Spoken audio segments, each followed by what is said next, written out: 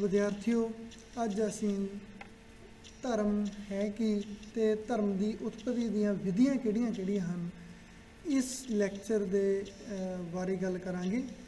इस विषय के बारे गल करांगे। हमेशा ये सवाल धर्म के अकादमिक जगत दे विच रहा है कि धर्म है की, ते धर्म दीयां भावें अनेकां परिभाषावां रहियां ने, समय समय ये परिभाषावां बदलदियां भी रहियां ने। इन्हां परिभाषावां दे बदलण का कारण धर्म की नवीं व्याख्या है। धर्म के स्कॉलर्स ने जिहड़े वो अपने अपने विषयां दे माहिर अपने अपने एंगल तो धर्म का अध्ययन करन दा यतन करते हैं। फिर भी असी कोशिश करते हैं कि इस विषय नूं समझिया जाए जां जिहड़ियां हुण तक दीयां रिसर्चिज होईयां ने इस विषय के बारे उन्हां रिसर्च नूं छोया जाए ताकि कुछ ना कुछ इस विषय के बारे असी जान सकीए। फस्ट ऑफ ऑल असी गल करते हैं धर्म के शब्दिक अर्थ की। जो असी किसी कॉन्सैप्ट को जानना होवे तो फस्ट ऑफ ऑल असी एटमोलॉजी जानते हाँ, किसी शब्द की उत्पत्ति कित्थों हुई आ, शब्द का रूट की आ। शब्द दो ने साडे कोल, एक रिलीजन है इंग्लिश दे विच ते हिंदी दे विच धर्म, ते जिन्हों असी पंजाबी च धर्म कहते हैं। जिहड़ा रिलीजन है बेसिकली ये लैटिन लैंगुएज तो आया। लैटिन लैंगुएज दे विच इहनूं रीलैगर जां रैलीगो शब्द नाल संबोधित होया जांदा। जिहड़ा रीलैगर आ वो दो शब्द ने, री प्लस लैगर। री मीनस द्वारा ते लैगर जुड़ना। मीनस धर्म जां रिलीजन की आ कि टू वाइंड अगेन, दोबारा जुड़ना, मुड़ जुड़ना। मीनस मनुख किसी ना किसी चीज़ तो टुटिया होया उस चीज़ नाल दोबारा जुड़ जाना, that is religion. And the second thing in धर्म, धर्म की आ कि धर्म है जिहड़ा एक्चुअल दे विच संस्कृत दे द्री धातु तो आया। जिहड़ा द्री धातु आ इहनूं असीं इहदा हिंदी अनुवाद करिए तो इसका अर्थ है धारण करना। और धारण करना मीनस अपने आप दे विच किसी चीज़ नूं समा लेना। तो जो इंटरप्रेशन वाल आने इस शब्द की कि धर्म वो चीज़ है कि अपने अंदर चंगे गुणा, शुभ गुणा जां अकाल पुरख नूं, रब नूं जां होर, क्योंकि संस्थागत धर्मां विच वख-वख विचारधारावां ने विच समा लेना ही धर्म है। ये सी फस्ट गल जिहदी असीं धर्म के रूट ते धर्म के शब्दिक अर्थ की गल असीं कीती है। The second thing about religion is definition of religion. धर्म की परिभाषा की है। There is not any one definition of religion, there are so many definitions about religion. जिस तरह ईवी टाइलर कहता अध्यात्मिक शक्तियां दे विच विश्वास का नाम धर्म है। मनोविग्यानी फ्राइड इनू साइकोलॉजी दे नाल मानसिकता दे नाल जोड़दा हैगा। इसी तरह सिगमंड फ्राइड तो इलावा जिहड़ा सोशलिस्ट ने साडे कोल मैक्स वेबर ते इमाइल दुर्खीम इनू समाज दे नाल जोड़ के टोटम का सिद्धांत दिंदे ने। इत्थों तक पहुँचण दे लई असीं थ्योरीज़ नूं देखना है कि धर्म की उत्पत्ति किवें हुई। जो असीं धर्म की उत्पत्ति देखते हैं तो साडे सामने डायरैक्ट असीं जो असीं किसी गल नूं देखदे भी उत्पत्ति किवें हुई, जे इहनूं चंगी तरह समझना है तो सानूं कुछ थ्योरीज़ नूं समझना पऊगा जिहड़ियां धर्म की उत्पत्ति के बारे स्कॉलर्स ने सानूं दित्तियां ने। उन्हां दे विच मुख रूप दे विच चार थ्योरीज़ ने साडे कोले। पहली हैगी natural theory of religion, second anthropological theory of religion, third हैगी psychological theory of religion and the fourth one is social theory of religion. इस तरह फेमनोलॉजिकल थ्योरी ऑफ रिलीजन भी हैगी आ, प्रपंच विग्यानी थ्योरी जिन्होंने असीं कहने पर असीं शुरुआत करते हैं natural theory of religion. Natural the theory हैगी आ कुदरती थ्योरी जिन्होंने असीं कह सकते हैं। ये मैक्स मूलर दिंदा। मैक्स मूलर कहता कि धर्म की उत्पत्ति कुदरती शक्तियों तो पैदा हुई आ, क्योंकि एक धर्म एक आदकाली कॉन्सैप्ट हैगा, एक मॉडर्न या मिडीवल टाइम का नहीं, प्राचीन समय का जदों तो मन्निया जाता मनुख की उत्पत्ति हुई है उदों तो ही धर्म ਚੱਲਿਆ ਆ ਰਿਹਾ ਹੈਗਾ ਕਿਸੇ ਨਾ ਕਿਸੇ ਰੂਪ 'ਚ। ਇਹ ਨਹੀਂ ਕਹਿ ਸਕਦੇ ਅਸੀਂ ਇੱਕੋ ਹੀ ਰੂਪ 'ਚ। ਧਰਮ ਦੇ ਹਮੇਸ਼ਾ ਰੂਪ ਬਦਲਦੇ ਨੇ। ਸੰਸਥਾਗਤ ਧਰਮਾਂ ਦੇ ਰੂਪ ਦੇ ਵਿੱਚ ਇਹ ਵੱਖਰੇ ਤਰੀਕੇ ਰਾਹੀਂ ਆਉਂਦਾ, ਲੋਕ ਧਰਮਾਂ ਦੇ ਵਿੱਚ ਇਹ ਵੱਖਰੇ ਤਰੀਕੇ ਰਾਹੀਂ ਆਉਂਦਾ। ਪਰ ਆਦਿ ਕਾਲ ਦੇ ਵਿੱਚ ਇਹ ਕੋਈ ਸੰਸਥਾਗਤ ਧਰਮ ਨਹੀਂ ਸੀ। ਕੋਈ ਇਸ ਤਰ੍ਹਾਂ ਕੋਈ ਆਦਿ ਕਾਲ ਦੇ ਧਰਮ ਦਾ ਕੋਈ ਫਾਊਂਡਰ ਨਹੀਂ ਹੈਗਾ। ਇਹਨਾਂ ਧਰਮਾਂ ਦੇ ਵਿੱਚ ਕੋਈ ਸਪੈਸ਼ਲ ਗ੍ਰੰਥ ਨਹੀਂ ਸੀ, ਕੋਈ ਇੰਸਟੀਟਿਊਸ਼ਨ ਨਹੀਂ ਸੀ। ਪਰ ਇਹ ਫਿਰ ਵੀ ਅਸੀਂ ਇਹਨਾਂ ਨੂੰ ਧਰਮਾਂ ਦੇ ਵਿੱਚ ਰੱਖਦੇ ਹਾਂ ਕਿਉਂਕਿ ਧਰਮ ਇੱਥੋਂ ਹੀ ਤਾਂ ਪੈਦਾ ਹੋਇਆ। ਕੁਦਰਤੀ ਥਿਊਰੀ ਦੇ ਵਿੱਚ ਮੈਕਸ ਮੂਲਰ ਕਹਿੰਦਾ ਕਿ ਮਨੁੱਖ ਕੁਦਰਤੀ ਸ਼ਕਤੀਆਂ ਨੂੰ ਦੇਖਦਾ ਸੀ। ਕੁਦਰਤੀ ਸ਼ਕਤੀਆਂ ਵਿੱਚ ਹਵਾ, ਪਾਣੀ, ਅਗਨੀ, ਆਕਾਸ਼, ਤੇ ਇਹਨਾਂ ਕੁਦਰਤੀ ਸ਼ਕਤੀਆਂ ਦਾ ਮਾਨਵੀਕਰਨ ਵੀ ਕਰਦਾ ਸੀ, ਇਹਨਾਂ ਤੋਂ ਡਰਦਾ ਵੀ ਸੀ। ਜਦੋਂ ਜੰਗਲ ਨੂੰ ਅੱਗ ਲੱਗੀ ਵੇਖ ਕੇ ਮਨੁੱਖ ਡਰਦਾ ਸੁਭਾਵਿਕ ਹੈ। ਤੇ ਜਦੋਂ ਡਰਿਆ ਤੇ ਡਰ ਦੇ ਵਿੱਚੋਂ ਉਹਦੇ ਭੈ ਪੈਦਾ ਹੋਇਆ, ਪ੍ਰੇਮ ਪੈਦਾ ਹੋਇਆ ਜਾਂ ਭਾਵ ਪੈਦਾ ਹੋਇਆ, ਜਿਹਦੇ ਵਿੱਚੋਂ ਉਹਦੇ ਹੱਥ ਜੁੜੇ ਇਹਨਾਂ ਸ਼ਕਤੀਆਂ ਦੇ ਅੱਗੇ ਵੀ। ਇਹਨਾਂ ਦਾ ਮਾਨਵੀਕਰਨ ਵੀ ਕੀਤਾ, ਜਿਹਦੇ ਵਿੱਚੋਂ ਪੋਲੀਥੀਜ਼ਮ ਦਾ ਕਨਸੈਪਟ ਵੀ ਨਿਕਲਦਾ, ਬਹੁਤ ਦੇਵਵਾਦ ਦਾ ਕਨਸੈਪਟ ਵੀ ਨਿਕਲਦਾ। ਪਰ ਖੈਰ ਅਸੀਂ ਇੱਥੇ ਸਿਰਫ ਧਰਮ 'ਤੇ ਰਹਿਣਾ, ਗੋਡ ਦੇ ਕਨਸੈਪਟ 'ਤੇ ਨਹੀਂ ਜਾਣਾ ਕਿ ਧਰਮ ਕਿਸ ਤਰ੍ਹਾਂ ਪੈਦਾ ਹੋਇਆ। ਤਾਂ ਪਹਿਲਾ ਕਨਸੈਪਟ ਸੀ ਕੁਦਰਤੀ ਸ਼ਕਤੀਆਂ ਦੇ ਮਾਨਵੀਕਰਨ ਜਾਂ ਕੁਦਰਤੀ ਸ਼ਕਤੀਆਂ ਦੇ ਡਰ ਦੇ ਵਿੱਚੋਂ ਧਰਮ ਪੈਦਾ ਹੁੰਦਾ ਹੈ। ਇਹ ਮੈਕਸ ਮੂਲਰ ਦਿੰਦੇ ਨੇ theory. The second theory is about religion, anthropological theory of religion. Basically ਇਸ ਥਿਊਰੀ ਨੂੰ ਅਸੀਂ ਇਸ ਦੇ ਉੱਤੇ ਤਵੱਜੋ ਦੇ ਸਕਦੇ ਹਾਂ, ਧਿਆਨ ਦੇ ਸਕਦੇ ਹਾਂ, ਕਿਉਂਕਿ ਜਿਹੜੇ ਦੋ ਇਹਦੇ ਵਿੱਚ ਮੁੱਖ ਸਕਾਲਰ ਕੰਮ ਕਰਦੇ ਨੇ, ਇੱਕ ਜੇਮਸ ਫਰੇਜ਼ਰ ਤੇ ਸੈਕੰਡ ਹੈਗੇ ਨੇ ਈਵੀ ਟਾਇਲਰ। ਜੇਮਸ ਫਰੇਜ਼ਰ ਦੀ ਸੰਸਾਰ ਪ੍ਰਸਿੱਧ ਕਿਤਾਬ ਦਾ ਗੋਲਡਨ ਬੋ ਹੈ, ਜਿਹੜੀ ਪੰਜਾਬੀ ਦੇ ਵਿੱਚ ਵੀ ਅਨੁਵਾਦ ਹੋ ਚੁੱਕੀ ਹੈ। ਕੇ ਐਲ ਗਰਗ ਜੀ ਨੇ ਇਹਦਾ ਅਨੁਵਾਦ ਕੀਤਾ ਤੇ ਅਨੁਵਾਦ ਦਾ ਨਾਂ ਹੈਗਾ ਦਾ ਸੁਨਹਿਰੀ ਟਾਹਣੀ। ਦਾ ਗੋਲਡਨ ਬੋ ਦਾ ਅਨੁਵਾਦ ਦਾ ਸੁਨਹਿਰੀ ਟਾਹਣੀ,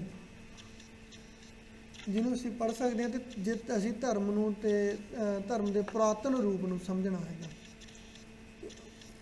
ਤੇ ਇਸ ਕਿਤਾਬ ਦੇ ਵਿੱਚ ਇਹ ਫਰੇਜ਼ਰ ਸਿੱਧ ਕਰਦਾ ਕਿ ਧਰਮ ਜਾਦੂ ਤੋਂ ਪੈਦਾ ਹੋਇਆ। ਐਕਚੁਅਲ ਫਰੇਜ਼ਰ ਮੈਜਿਕ ਦਾ ਕਨਸੈਪਟ ਦਿੰਦਾ ਐਂਥਰੋਪੋਲੋਜੀਕਲ ਥਿਊਰੀ ਦੇ ਵਿੱਚ ਕਿ ਜਾਦੂ ਤੋਂ ਕਿਵੇਂ ਪੈਦਾ ਹੋਇਆ। ਕਿ ਮਨੁੱਖ ਕੁਦਰਤੀ ਸ਼ਕਤੀਆਂ ਨੂੰ ਵਸ ਵਿੱਚ ਕਰਨ ਦੇ ਲਈ ਆਪਣੇ ਵੱਲੋਂ ਕੁਝ ਮੰਤਰਾਂ ਦਾ ਜਾਂ ਤਰੀਕਿਆਂ ਦਾ ਪ੍ਰਯਤਨ ਕਰਦਾ ਸੀ, ਤੇ ਉਹ ਤਰੀਕੇ ਹੀ ਇਹ ਜਾਦੂ ਅਖਵਾਏ। ਦੋ ਤਰੀਕਿਆਂ ਨਾਲ ਮੁੱਖ ਤੌਰ 'ਤੇ ਵੰਡ ਕੇ ਜਾਦੂ ਨੂੰ ਦੇਖਿਆ ਜਾਂਦਾ ਹੈ, ਸਮਾਨਤਾ ਦਾ ਸਿਧਾਂਤ ਜਾਂ ਸਪਰਸ਼ ਦਾ ਸਿਧਾਂਤ। ਸਮਾਨਤਾ ਦਾ ਸਿਧਾਂਤ ਕਿਸੇ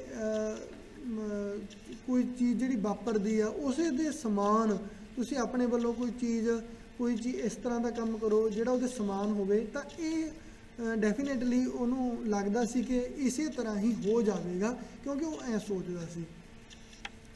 ਉਹ ਸੋਚਦਾ ਸੀ ਕਿ ਮਨੁੱਖ ਜੇਕਰ ਮੀਂਹ ਪਵਾਉਣਾ ਹੈ ਤਾਂ ਮੀਂਹ ਦੇ ਸਮਾਨ ਹੋਣ ਵਾਲੀਆਂ ਚੀਜ਼ਾਂ ਨੂੰ ਜੋ ਮੀਂਹ ਦੇ ਵਿੱਚ ਹੁੰਦਾ ਉਹ ਕਰਦਾ ਸੀ। ਉਸ ਕਰਨ ਦੇ ਲਈ ਫਰੇਜ਼ਰ ਕਹਿੰਦਾ ਤਿੰਨ ਬੰਦੇ ਹੁੰਦੇ, ਤਿੰਨ ਬੰਦੇ, ਇੱਕ ਬੰਦਾ ਦਰਖਤ 'ਤੇ ਚੜ੍ਹ ਜਾਂਦਾ, ਇੱਕ ਪਾਣੀ ਜਾਂ ਪਿਸ਼ਾਬ ਕਰਦਾ, ਜਾਂ ਇੱਕ ਪੱਥਰ ਰਗੜਦਾ ਜਿਹਦੇ ਵਿੱਚ ਬਿਜਲੀ ਪੈਦਾ ਹੁੰਦੀ। ਦਰਖਤ 'ਤੇ ਚੜ੍ਹਨ ਵਾਲਾ ਬੰਦਾ ਕੋਈ ਨਾ ਕੋਈ ਆਵਾਜ਼ ਕਰਨ ਵਾਲੀ ਚੀਜ਼ ਵਜਾਉਂਦਾ। ਹੁਣ ਇਹ ਤਿੰਨ ਚੀਜ਼ਾਂ ਨੇ, ਪਾਣੀ, ਅੱਗ ਤੇ ਆਵਾਜ਼। ਇਹ ਤਿੰਨੋਂ ਹੀ ਚੀਜ਼ਾਂ ਇਹ ਕਿਸ ਗੱਲ ਨੂੰ ਰਿਪਰੈਜ਼ੈਂਟ ਕਰਦੀਆਂ ਨੇ? ਇਹਦੇ ਸਿਮਲਟੇਨੀਅਸਲੀ ਇਸੇ ਤਰ੍ਹਾਂ ਦੀ ਚੀਜ਼ ਹੁੰਦੀ ਆ ਜਦੋਂ ਮੀਂਹ ਬਰਸਦਾ, ਬਿਜਲੀ ਬੱਦਲ ਗਰਜਦੇ ਨੇ, ਬਿਜਲੀ ਪੈਦਾ ਹੁੰਦੀ ਆ ਤੇ ਮੀਂਹ ਸਾਡਾ ਧਰਤੀ 'ਤੇ ਡਿੱਗਦਾ ਗਾ। ਹੁਣ ਉਹਨੂੰ ਲੱਗਦਾ ਸੀ ਇਸੇ ਤਰ੍ਹਾਂ ਮੀਂਹ ਪੈ ਜਾਵੇਗਾ। ਕਈ ਵਾਰ ਉਹ ਸਫਲ ਵੀ ਹੁੰਦਾ, ਇਸ ਗਤੀਵਿਧੀ ਦੇ ਵਿੱਚ ਸਫਲ ਵੀ ਹੁੰਦਾ। ਜਿਵੇਂ ਅਸੀਂ ਅੱਜ ਕੱਲ੍ਹ ਪੋਲੀਟੀਕਲ ਇੱਕ ਕੰਮ ਐਜੀਟੇਸ਼ਨ ਦੇ ਵਿੱਚ ਕੀਤਾ ਜਾਂਦਾ, ਵੀ ਪੁਤਲਾ ਫੂਕਿਆ ਜਾਂਦਾ। ਹੁਣ ਪੁਤਲਾ ਫੂਕਣ ਦਾ ਕਨਸੈਪਟ ਵੀ ਪਿੱਛੇ ਤੋਂ ਚੱਲਦਾ ਆ ਰਿਹਾ, ਵੀ ਜੇ ਅਸੀਂ ਪੁਤਲਾ ਫੂਕਾਂਗੇ ਇਸੇ ਤਰ੍ਹਾਂ ਜੋ ਦਰਦ ਪੁਤਲੇ ਨੂੰ ਹੋਵੇਗਾ, ਐਕਚੁਅਲ ਦੇ ਵਿੱਚ ਅਸੀਂ ਸੇਮ ਬੰਦੇ ਨੂੰ ਦਰਦ ਦੇ ਰਹੇ ਹਾਂ ਜਿਹਦਾ ਪੁਤਲਾ ਫੂਕਿਆ ਜਾ ਰਿਹਾ। ਇਹ ਇੱਕ ਸਿਧਾਂਤ ਜਿਹੜਾ ਪੁਰਾਤਨ ਐਂਸ਼ੀਅੰਟ ਕਨਸੈਪਟ ਅਸੀਂ ਕਹਿ ਸਕਦੇ ਹਾਂ ਪੁਰਾਣੇ ਸਮੇਂ ਤੋਂ ਚੱਲਦਾ ਆ ਰਿਹਾ। ਪਹਿਲੀ ਗੱਲ ਇਹ ਸੀ। ਜਦੋਂ ਇਸੇ ਤਰ੍ਹਾਂ ਇਹ ਸਿਧਾਂਤ ਕਈ ਥਾਂ ਤੇ ਫੇਲ ਵੀ ਹੁੰਦਾ, ਉਹਦਾ ਜਾਦੂ ਫੇਲ ਵੀ ਹੁੰਦਾ, ਤੇ ਉਹ ਕੁਛ ਹੋਰ ਗੱਲ ਵੱਲ ਵੱਧਦਾ। ਉਹਦੇ ਵਿੱਚੋਂ ਪ੍ਰੀਸਟ ਕਲਾਸ ਵੀ ਪੈਦਾ ਹੋਈ ਜਿਹੜੀ ਕਹਿੰਦੀ ਸੀ ਕਿ ਤੁਸੀਂ ਕੁਛ ਠੀਕ ਨਹੀਂ ਕੀਤਾ, ਅਸੀਂ ਤੁਹਾਨੂੰ ਠੀਕ ਕਿਵੇਂ ਕਰਨਾ ਇਹਦੇ ਬਾਰੇ ਦੱਸਦੇ ਹਾਂ। ਦੂਸਰਾ ਸਾਡੇ ਕੋਲ ਸਕਾਲਰ ਹੈਗਾ ਐਂਥਰੋਪੋਲੋਜਿਸਟ ਈ.ਵੀ. ਟਾਇਲਰ। ਈ.ਵੀ. ਟਾਇਲਰ ਦਾ ਕਨਸੈਪਟ ਹੈਗਾ ਐਨੀਮਿਜ਼ਮ। ਉਹ ਕਹਿੰਦਾ ਵੀ ਜਿਹੜਾ ਧਰਮ ਹੈ ਉਹ ਆਤਮਾ 'ਚੋਂ ਪੈਦਾ ਹੁੰਦਾ।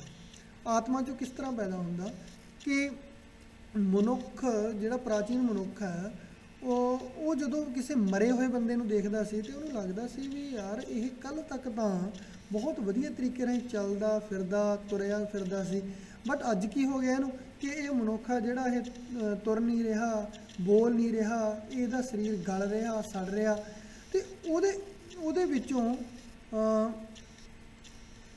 ਕੀ ਪੈਦਾ ਹੁੰਦਾ, ਉਹਦੇ ਵਿੱਚੋਂ ਇੱਕ ਕਨਸੈਪਟ ਪੈਦਾ ਹੁੰਦਾ ਕਿ ਬੰਦਾ ਦੇ ਵਿੱਚ ਕੋਈ ਚੀਜ਼ ਸੀ ਜਿਹੜੀ ਕਿ ਨਿਕਲ ਗਈ, ਜਿਹੜੀ ਹੁਣ ਇਹਦੇ ਵਿੱਚ ਨਹੀਂ ਹੈਗੀ, ਤੇ ਉਸ ਚੀਜ਼ ਦਾ ਨਾਮ ਹੀ ਆਤਮਾ ਸੀ, ਜਾਂ ਉਹਦੇ ਵਿੱਚੋਂ ਕਨਸੈਪਟ ਅੱਗੇ ਨਿਕਲਿਆ ਆਤਮਾ ਦਾ। ਤੇ ਦੂਸਰਾ ਇਹਦੇ ਵਿੱਚ ਕਨਸੈਪਟ ਇਹ ਵੀ ਆਉਂਦਾ ਕਿ ਮਨੁੱਖ ਜਦੋਂ ਰਾਤ ਨੂੰ ਸੌਂਦਾ ਸੀ ਉਹਨੂੰ ਆਪਣਾ ਆਪ ਸੁਪਨੇ ਵਿੱਚ ਦਿਖਾਈ ਦਿੰਦਾ, ਉਹਨੂੰ ਲੱਗਦਾ ਮੈਂ ਕਿਤੇ ਬਾਹਰ ਆ, ਕਿਤੇ ਇਸ ਤਰ੍ਹਾਂ ਵਿਚਰ ਰਿਹਾ, ਤੇ ਉਹਨੂੰ ਮਹਿਸੂਸ ਹੁੰਦਾ ਕਿ ਇਹ ਆਪਣੇ ਆਪ ਨੂੰ ਉਹ ਦੇਖਦਾ ਸੀ ਜਦ, ਤੇ ਉਹਨੂੰ ਲੱਗਦਾ ਸੀ ਦੂਰ ਆਪੇ ਦਾ ਕਨਸੈਪਟ ਇੱਥੋਂ ਪੈਦਾ ਹੋਇਆ ਕਿ ਆਪਣੇ ਆਪ ਦੇ ਵਿੱਚ ਮੈਂ ਇੱਥੇ ਵੀ ਹਾਂ ਜਦੋਂ ਉੱਠਦਾ ਸੀ ਤੇ ਮੈਂ ਕਿਤੇ ਹੋਰ ਵੀ ਸੀ। ਮੀਨਜ਼ ਆਤਮਾ, ਤੇ ਇਹ ਆਤਮਾ ਫਿਰ ਉਹਨੇ ਹਰ ਜੀਵ ਦੇ ਵਿੱਚੋਂ, ਹਰ ਪ੍ਰਕਿਰਤੀ ਦੇ ਵਿੱਚੋਂ, ਪਸ਼ੂ ਪੌਦੇ ਪੰਛੀ ਤੇ ਹੋਰ ਚੀਜ਼ਾਂ ਬਨਸਪਤੀ ਦੇ ਵਿੱਚੋਂ ਲੱਭਣੀ ਸ਼ੁਰੂ ਕੀਤੀ। ਫਿਰ ਉਹਨੂੰ ਲੱਗਦਾ ਸੀ ਆਤਮਾ ਦਾ ਇੱਕ ਵੱਖਰਾ ਸੰਸਾਰ ਹੈ ਆਤਮਾਵਾਂ ਦਾ, ਤੇ ਇਹ ਸੰਸਾਰ ਦਾ ਸਵਾਮੀ ਜਿਹਨੂੰ ਫਿਰ ਆਤਮਾ ਪਰਮ ਆਤਮਾ ਕਿਹਾ ਗਿਆ ਜਾਂ ਵੱਡੀ ਆਤਮਾ ਕਿਹਾ ਗਿਆ। ਤੋ ਇਸ ਤਰ੍ਹਾਂ ਇਹ ਕਨਸੈਪਟ ਫਰੇਜ਼ ਸਾਡਾ ਸਕਾਲਰ ਆ ਜਿਹੜਾ ਟੇਲਰ, ਈ.ਵੀ. ਟਾਇਲਰ ਸਾਨੂੰ ਇਹ ਦੱਸਦਾ ਹੈ। ਅਗਲੀ ਗੱਲ ਜਿਹੜੀ ਅਸੀਂ ਰਿਲੀਜਨ ਦੀ ਥਿਊਰੀ ਦੇ ਵਿੱਚੋਂ ਹੈਗੀ ਆ sociological theory of religion. Sociological theory of religion ਦੇ ਵਿੱਚ ਸਾਡੇ ਕੋਲੇ ਜਿਹੜੇ ਦੋ ਸਕਾਲਰ ਨੇ ਮੈਕਸ ਵੈਬਰ ਤੇ ਇਮਾਇਲ ਦੁਰਖੀਮ। ਮੁੱਖ ਤੌਰ ਤੇ ਵੱਡਾ ਕੰਮ ਇਮਾਇਲ ਦੁਰਖੀਮ ਦਾ ਇਸ ਪਾਸੇ ਹੈਗਾ। ਇਮਾਇਲ ਦੁਰਖੀਮ ਕਹਿੰਦਾ ਸੋਸ਼ਲ ਐਕਟੀਵਿਟੀਜ਼ ਦੇ ਵਿੱਚੋਂ ਧਰਮ ਪੈਦਾ ਹੋਇਆ ਕਿ ਮਨੁੱਖ ਜਦੋਂ ਇਕੱਲਾ ਰਹਿੰਦਾ ਸੀ, ਫਿਰ ਮਨੁੱਖ ਕਬੀਲਿਆਂ ਦੇ ਵਿੱਚ, ਗਰੁੱਪਾਂ ਦੇ ਵਿੱਚ, ਸਮੂਹਾਂ ਦੇ ਵਿੱਚ ਰਹਿਣਾ ਕੀਤਾ। ਉਹ ਸਮੂਹ ਦੇ ਵਿੱਚ ਉਹਨੂੰ ਕੁਛ ਨਾ ਕੁਛ ਨਿਯਮ ਬਣਾਉਣੇ ਪੈਣੇ ਸੀ ਜਿਹੜੇ ਟੈਬੂ ਜਾਂ ਨਿਸ਼ੇਧ ਅਖਵਾਏ। ਉਹ ਟੈਬੂ ਜਾਂ ਨਿਸ਼ੇਧ ਹੀ ਧਰਮ ਦੇ ਕਾਨੂੰਨ ਪ੍ਰਕਿਰਿਆਵਾਂ ਬਣੀਆਂ, ਤੇ ਮਨੁੱਖ ਨੇ ਫਿਰ ਨਿਖੇੜਾ ਕੀਤਾ ਪਵਿੱਤਰ ਤੇ ਅਪਵਿੱਤਰ ਦਾ, ਜਿਹਨੂੰ ਸੈਕਰਡ ਐਂਡ ਪ੍ਰੋਫੇਨ ਨਾਂ ਦੇ ਕਨਸੈਪਟ ਦੇ ਨਾਲ ਵੀ ਸੰਬੰਧਿਤ ਦੱਸਦਾ ਹੈਗਾ ਕਿ ਇਹ ਚੀਜ਼ ਪਵਿੱਤਰ ਹੁੰਦੀ ਆ ਤੇ ਇਹ ਚੀਜ਼ ਅਪਵਿੱਤਰ ਹੁੰਦੀ ਆ। ਉਹ ਫਿਰ ਉਹਨੇ ਇੱਕ ਕਬੀਲੇ ਦਾ ਸਾਂਝਾ ਚਿੰਨ੍ਹ ਵੀ, ਸਿੰਬਲ ਵੀ ਮਿੱਥ ਲਿਆ, ਜਿਹਨੂੰ ਦੁਰਖੀਮ ਟੋਟਮ ਹੈ ਕਹਿੰਦਾ ਹੈਗਾ। ਟੋਟਮ ਮੁੱਖ ਰੂਪ ਦੇ ਵਿੱਚ ਕੋਈ ਪਸ਼ੂ ਪੰਛੀ ਜਾਂ ਫਿਰ ਕੋਈ ਦਰਖਤ ਵੀ ਹੋਇਆ ਕਰਦਾ ਸੀ। ਉਹ ਟੋਟਮ ਦੀ ਸਾਰਾ ਕਬੀਲਾ ਪੂਜਾ ਵੀ ਕਰਦਾ ਸੀ। ਇਸ ਤਰੀਕੇ ਰਾਹੀਂ ਉਹ ਕਿਸੇ ਨਾ ਕਿਸੇ ਵਿਸ਼ੇਸ਼ ਤਿਉਹਾਰ ਤਿੱਥ 'ਤੇ ਜੁੜਦਾ ਸੀ। ਇੱਥੋਂ ਹੀ ਧਰਮ ਦੀ ਉਤਪਤੀ ਹੋਈ। ਇਹ ਸਾਡਾ ਸਕਾਲਰ ਹੈ ਜਿਹੜਾ ਦੁਰਖੀਮ ਸਾਨੂੰ ਦੱਸਦਾ ਹੈ। ਇਸੇ ਤਰ੍ਹਾਂ ਮਾਨਵੀਕਰਨ ਦੀ ਜਿਹੜੀ ਥਿਊਰੀ ਮਨੋਵਿਗਿਆਨਿਕ ਥਿਊਰੀ ਆਫ ਰਿਲੀਜਨ ਹੈਗੀ ਹੈ, ਸਾਈਕੋਲੋਜੀਕਲ ਥਿਊਰੀ ਆਫ ਰਿਲੀਜਨ, ਇਹਨੂੰ ਦੇਣ ਵਾਲੇ ਨੇ ਮੁੱਖ ਰੂਪ ਦੇ ਵਿੱਚ ਫਰਾਇਡ। ਸੀ.ਜੀ. ਜ਼ੁੰਗ ਦਾ ਨਾਮ ਵੀ ਇਸ ਦੇ ਵਿੱਚ ਆਉਂਦਾ। ਫਰਾਇਡ ਨੇ ਔਡੀਪਸ ਕੰਪਲੈਕਸ ਦਾ ਸਿਧਾਂਤ ਦਿੱਤਾ, ਜਿਹਦੇ ਵਿੱਚ ਸਾਨੂੰ ਕਿ ਇੱਕ ਜਿਹੜਾ ਬੱਚਾ ਉਹ ਆਪਣੇ ਪਿਓ 'ਤੇ ਆਸ਼ਰਿਤ ਹੁੰਦਾ, ਪਿਓ ਹੀ ਉਹਨੂੰ ਰੱਬ ਲੱਗਦਾ। ਛੋਟੇ ਹੁੰਦੇ ਹਰ ਚੀਜ਼ ਦੀ ਪੂਰਤੀ ਉਹ ਆਪਣੇ ਪਿਓ ਦੇ ਵਿੱਚੋਂ ਦੇਖਦਾ, ਕਿ ਉਹਨੂੰ ਲੱਗਦਾ ਕਿ ਪਿਓ ਮੇਰਾ ਜਿਹੜਾ ਉਹ ਹਰ ਚੀਜ਼ ਦੀ ਪੂਰਤੀ ਕਰਦਾ ਹੈ। ਫਿਰ ਉਹ ਵੱਡਾ ਹੁੰਦਾ, ਉਹ ਉਹਦੇ ਸਥਾਨ 'ਤੇ ਆਉਂਦਾ। ਇਸ ਤਰ੍ਹਾਂ ਮਾਨਸਿਕ ਗਤੀਵਿਧੀ ਹੈ ਜਿਹੜੀ ਉਹ ਬੰਦੇ ਦੀ ਚੇਂਜ ਹੁੰਦੀ ਆ। ਇਸ ਤਰ੍ਹਾਂ ਮਨੁੱਖ ਕੁਝ ਨਾ ਕੁਝ ਆਸ਼ਰਿਤ ਭਾਲਦਾ। ਇਸੇ ਤਰ੍ਹਾਂ ਮਨ ਵੀ ਆਸ਼ਰਿਤ ਭਾਲਦਾ, ਉਹਨੂੰ ਆਪਣਾ ਵੱਡਾ ਪਰਮੇਸ਼ਰ ਪਿਤਾ ਉਹਨੂੰ ਲੱਗਦਾ ਕਿ ਉਹ ਸੇਫ ਜ਼ੋਨ ਦੇ ਵਿੱਚ ਹੈਗਾ, ਕਿਉਂਕਿ ਉਹਦਾ ਪਰਮੇਸ਼ਰ ਆ ਜਿਹੜਾ ਉਹਦਾ ਅਕਾਲ ਪੁਰਖ ਜਾਂ ਧਰਮ ਹੈ ਜਿਹੜਾ ਉਹਦੀ ਰੱਖਿਆ ਕਰ ਰਿਹਾ।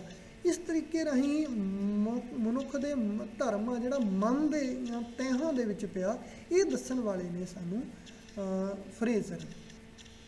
ਫਿਰ ਫਰੇਜ਼ਰ ਇਹ ਵੀ ਕਹਿੰਦਾ ਕਿ ਉਹਦਾ ਇੱਕ ਲੇਖ ਹੈ ਸਿਵਲਾਈਜੇਸ਼ਨ ਐਂਡ ਇਟਸ ਡਿਸਕੰਟੈਂਟਸ, ਜਿਹਦੇ ਵਿੱਚ ਉਹ ਸਾਨੂੰ ਕਹਿੰਦਾ ਕਿ ਇਹ ਸੱਭਿਅਤਾ ਜਿਹੜੀ ਆ ਮਨੁੱਖ ਦੀਆਂ ਮਾਨਸਿਕ ਉਭਾਰਾਂ ਨੂੰ ਕਈ ਵਾਰ ਘਟਾਉਂਦੀ ਵੀ ਆ ਜਾਂ ਦਬਾਅ ਵੀ ਪਾਉਂਦੀ ਹੈ, ਜਿਹਦੇ ਕਰਕੇ ਕਈ ਵਾਰ ਉਹਦਾ ਸਰਵ ਪੱਖੀ ਵਿਕਾਸ ਵੀ ਨਹੀਂ ਹੁੰਦਾ। ਇਹ ਵੀ ਗੱਲ ਫਰੇਜ਼ਰ ਸਾਨੂੰ ਦੱਸਦਾ ਹੈ।